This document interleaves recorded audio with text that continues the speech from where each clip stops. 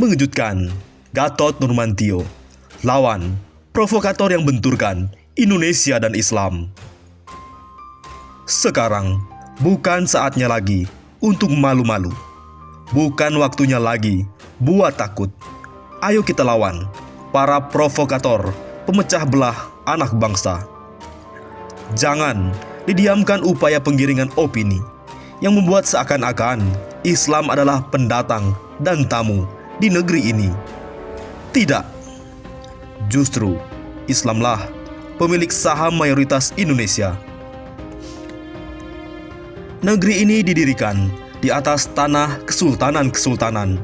Kesultanan dari Aceh, Sabang, sampai Kesultanan Tidore yang berkuasa sampai ke Papua. Pulau Sumatera, Jawa, Kalimantan, Sulawesi, sampai ke ujung timur Indonesia adalah bekas-bekas wilayah kesultanan yang melebur menjadi Indonesia. Makanya, sampai sekarang ada belasan bandara utama di provinsi-provinsi memakai nama para sultan. Bandara Sultan Iskandar Muda di Aceh, Bandara Sultan Syarif Kasim II di Riau, Bandara Raja Haji Fisabilillah di Tanjung Pinang, Bandara Sultan Toha Saifuddin di Jambi, Bandara Radin Inten II di Lampung, Bandara Sultan Haji Muhammad Sulaiman di Balikpapan, Bandara Sultan Hasanuddin di Makassar, Bandara Sultan Nuku di Maluku Utara, dan lain-lain. Jadi, ulah sekelompok orang yang menakut-nakuti dan mempertentangkan Indonesia dengan Islam dengan isu-isu khilafah adalah bentuk penyesatan sejarah. Kita sebut saja ulah Budi Jarot dan kawan-kawannya. Dengan ormas Gerakan Jaga Indonesia. Nama ormasnya bagus, tapi menurut saya isinya cuma kelompok Islamfobia yang bisa saja disusupi PKI. Makanya si Budi Jarot dan gerombolan dungunya cuma ribut dan berdemonstrasi menghujat Anies Baswedan dan Habib Rizik Syihab. Tapi gerombolan dungu ini tidak pernah bereaksi, apalagi berdemonstrasi menghujat para koruptor yang kabur dan mempermalukan Indonesia. Sebut saja Joko Chandra, Honggo Wendrano, Anton Tantular, Hendro Wiyanto, Harun Masiku, dan masih banyak buronan korupsi yang kabur ke luar negeri. Katanya Gerakan Jaga Indonesia. Tapi dijaga dari apa dan dari siapa? Kenapa meributkan Anies, Habib Rizik Syihab, dan semua yang berbau Arab? Kenerot, tak ajari sampean sejarah dan berlogika. Yang menjajah Indonesia itu bangsa Eropa dan Jepang yang berusaha mencoba menaklukkan dan menjadikan Nusantara jadi wilayah jajahannya adalah kekaisaran dari Cina. Nggak ada sejarahnya Arab, apalagi Islam, menjajah Indonesia. Justru negara-negara Arab yang mensupport habis kemerdekaan kita dari jajahan Belanda. Setelah Indonesia merdeka, etnis mana yang selalu korup dan kabur ke luar negeri? Apa ada yang kabur ke Arab? Nggak ada tuh. Habib Rizik Syihab mengungsi ke Arab. Apa karena kasus korupsi? Nggak ada tuh. Jadi sebenarnya Budi Jarot dan kawan-kawan cuma pion-pion dungu yang dijadikan tumbal untuk mengalihkan perhatian anak bangsa atas carut-marutnya pemerintahan sekarang. Mereka memakai ormas-ormas dengan nama yang mencerminkan nasionalisme. Tapi pada dasarnya, kelompok mereka yang menghancurkan Indonesia. Kelompok mereka memprovokasi antara umat beragama, memecah belah persatuan anak bangsa, berusaha mengaburkan sejarah dengan membuat isu seakan-akan Islam adalah tamu dari Arab yang mesti diwaspadai. Tanpa Islam dan keikhlasan umat Islam, Indonesia tidak akan pernah ada.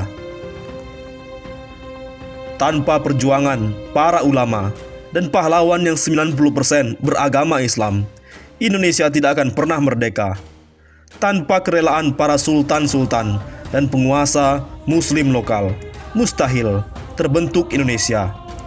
Tanpa dukungan negara-negara Islam, bisa saja sampai sekarang Indonesia masih dijajah Belanda. Jadi stop membenturkan Islam dan ulama dengan Indonesia. Indonesia ada sekarang karena perjuangan umat Islam yang dikomandoi para ulama.